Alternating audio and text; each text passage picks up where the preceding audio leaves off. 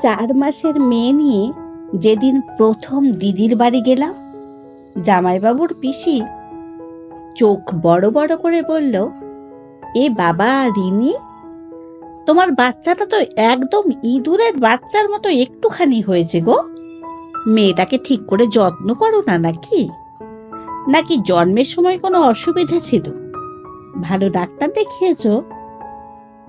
তারপর মেয়ে যখন 6 মাস, প্রসাদ খাওয়ানোর দিন আমার বড় মাইমা বলল, এই রিনি, মেয়েকে তেল মাখানোর সময় নাকটা টেনে তুলে দিস না, না একেবারে খেঁদা হয়েছে রে। মেয়ে মানুষ তো, একটু চোখ নাক ভালো না হলে দেখতে ভালো লাগে না। কথাগুলো শুধু আমাকে নয়, প্রত্যেক মাকে কম বেশি শুনতে হয়। কিন্তু কেন? যারা বলেন সবাই তো মা, তারা বোঝেন না একজন মায়ের কাছে তাদের সন্তান কতটা যত্নের, কতটা মূল্যবান। সে হোক রোগা, স্বাস্থ্যবান, কালো, ফর্সা, কুচকুচে, ফুটফুটে, ছেলে মেয়ে যাই হোক না কেন, একজন মায়ের কাছে তার সন্তান সব সময় সুন্দর। তবে এই ঘটনাগুলো আমাকে আহত করলেও একেবারে অবাক করেনি।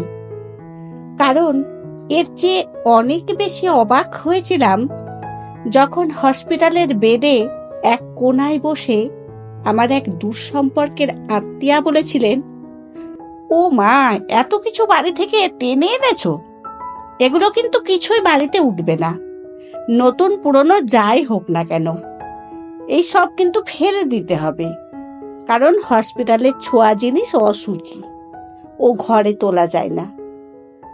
উত্তরে আমার মা বলেছিলেন, কে অশুচি? কিসের অশুচি?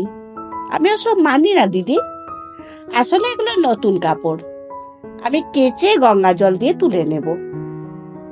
সঙ্গে সঙ্গে আমার খুড়তুতো শাশুড়ি বলেছিলেন, না না, বাড়িতে তোলা যাবে না, আর এই জলের বোতলটা কোথায় নিয়ে যাচ্ছেন, কই দেখি।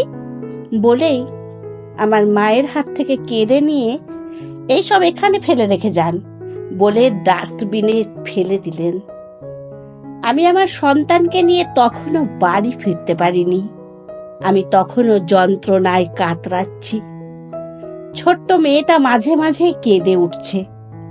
আমি নিজের থেকে আমি আমার সন্তানকে নিয়ে বেশি চিন্তিত। সেখানে একদল আত্মীয় আমার মাকে সামান্য কারণে অপমান করলেন। কি বলবো, কি করব বুঝে উঠতে পারিনি। কারণ তখন তর্ক করার মতো শরীরের অবস্থা কিন্তু আমার ছিল না। হসপিটাল তখনও আমাকে ডিসচার্জ করেনি। আমি রেডি হয়ে সবে সকালের খাবারটা খাবো বলে বিছানায় এসেছি। জেঠিমা এসে বলল, ইস, মেয়েটার পেটটা একেবারে পড়ে আছে রে, তুই মা হয়ে বুঝিস না নাকি? মেয়ের খিদে পেয়েছে, আগে ওকে খাওয়া। আমি থতমত হয়ে মেয়েকে কোলে তুলে নিয়ে খাওয়াতে লাগলাম।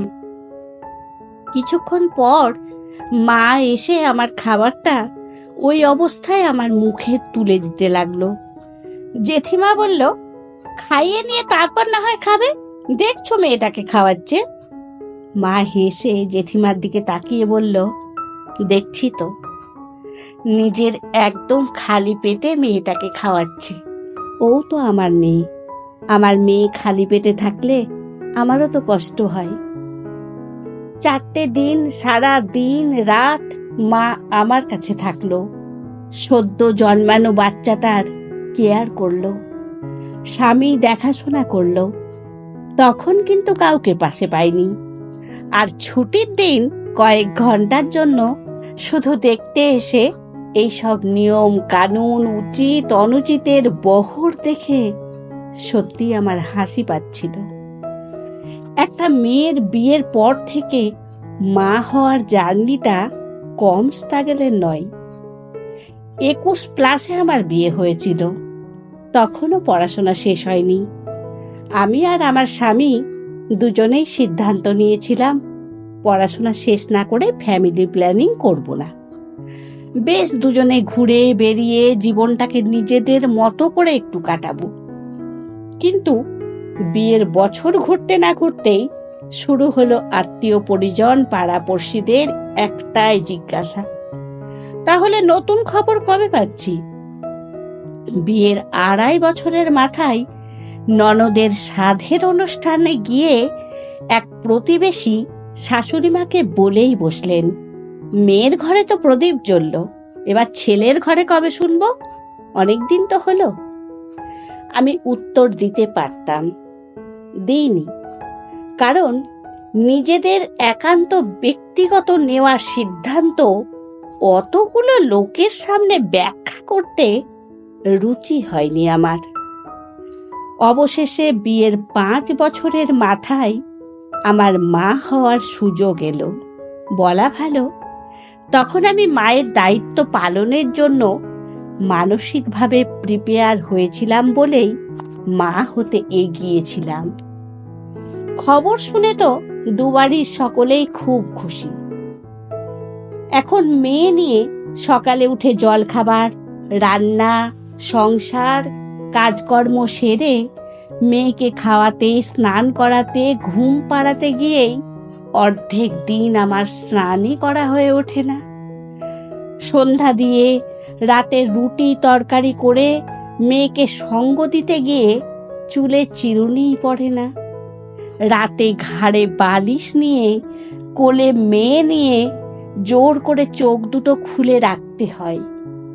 শাশুড়ি মাঝে মাঝেই বলেন, নাতনির ঠিক মতো পেট ভরছে না, অথচ কোনোদিন ভুল করেও জিজ্ঞেস করলেন না আমার খাওয়া হয়েছে কিনা। এইভাবে আধ খাওয়া, কাক স্নান, আধ ঘুমে কাটে দিনের পর দিন, রাতের পর রাত। বেড়াতে আসা পিসি শাশুড়িকে একদিন রাতে একটু আমার বাচ্চাটা রাখতে বলায় তিনি বলেছিলেন, সারাদিন পর আমি আর এই বয়সে বাচ্চা রাখতে পারি? এত অধৈর্য হলে চলবে? আমরাও তো সব সামলে তখন রাতের পর রাত জেগেছি, তবুও তো তোমরা সব সুযোগ সুবিধে পাচ্ছ, তাতেও সামলাতে পারছো না। বুঝেছিলাম আমি এতটা বোকা যে মানুষগুলো কোনোদিন আমার কষ্টই বুঝলো না, আমার একটু কেয়ার করলো না, তাদের কাছ থেকে সাহায্য চাওয়াটাই তো আমার বোকামো। এখন মেয়ের বয়স 1 বছর। এই 1 বছরে আমার তেল শ্যাম্পুবিহীন চুল উঠে টাক পড়ে গেছে, চোখের নিচে ঘন কালি। জোর করে ঘুম আসতে না দিয়ে ঘুম আর সেভাবে আসেই না। বেলা 12টায় জলখাবার খাওয়া অভ্যেস হয়ে গেছে। দামাল মেয়ের পেছনে দৌড়তে দৌড়তে আর কোমরের ব্যথা ফিল হয় না। পিঠের বালিশ দিয়ে জেগে থাকা দিব্যি সহ্য হয়ে গেছে। সেদিন আমার ছোটবেলার বান্ধবীর সঙ্গে রাস্তায় দেখা হতেই আমি হেসে দৌড়ে যেতেই ওর প্রথম কথা ছিল, এই দিনই তুই তো একেবারে বুড়ি হয়ে গেছিস রে, 25এই তো তুই একেবারে 50 বানিয়ে ফেলেছিস, বলেই নিজের রসিকতায় নিজেই হাসতে লাগলো। এরপর থেকে আর বাইরে বেরোতেই ইচ্ছে হয় না। সেদিন মেয়েটাকে কোলে নিয়ে সামনের দোকানে টুকটাক জিনিস আনতে গিয়েছিলাম।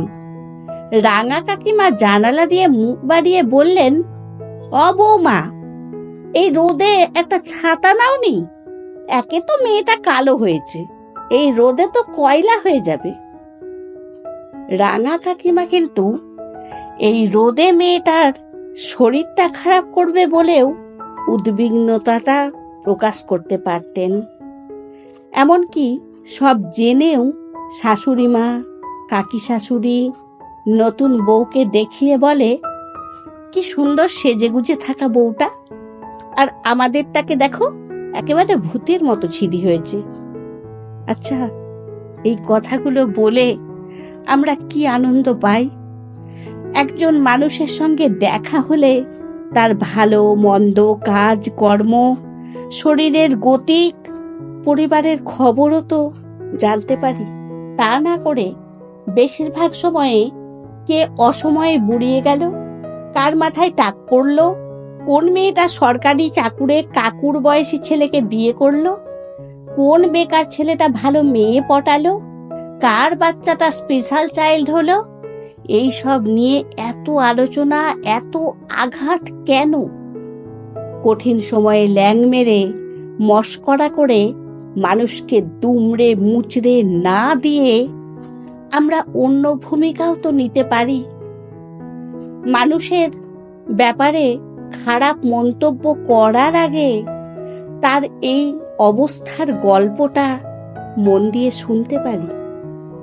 স্ট্রাগল করতে করতে যে মানুষটা গুঁড়িয়ে যাচ্ছে, ভেতরে ভেতরে ফুরিয়ে যাচ্ছে, নিজেকে গুটিয়ে নিচ্ছে, হাঁপিয়ে উঠছে, হাল ছেড়ে দিচ্ছে, তাকে হাল ছেড়ো না বন্ধু, একদিন আবার সব ঠিক হয়ে যাবে বলে কাঁধ দুটো ধরে ঝাঁকিয়ে দিয়ে শক্ত করে দিতে পারি, হাতটা ধরে বলতে পারি পাশেই আছি। খারাপ সময় দুর্বল মানুষের মানসিক জোর হয়ে থাকতে বেশি কিছু লাগে না, শুধু একটু বিবেক আর মনুষ্যত্ব ছাড়া, তাই না? কলমে পার্বতী মোদক, কণ্ঠে সোনালী।